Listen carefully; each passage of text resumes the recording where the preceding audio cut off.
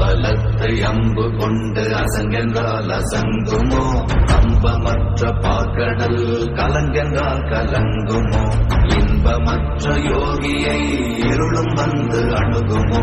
செம்பொன்னம்பலத்துளே தெளிந்ததே சிவாயமே.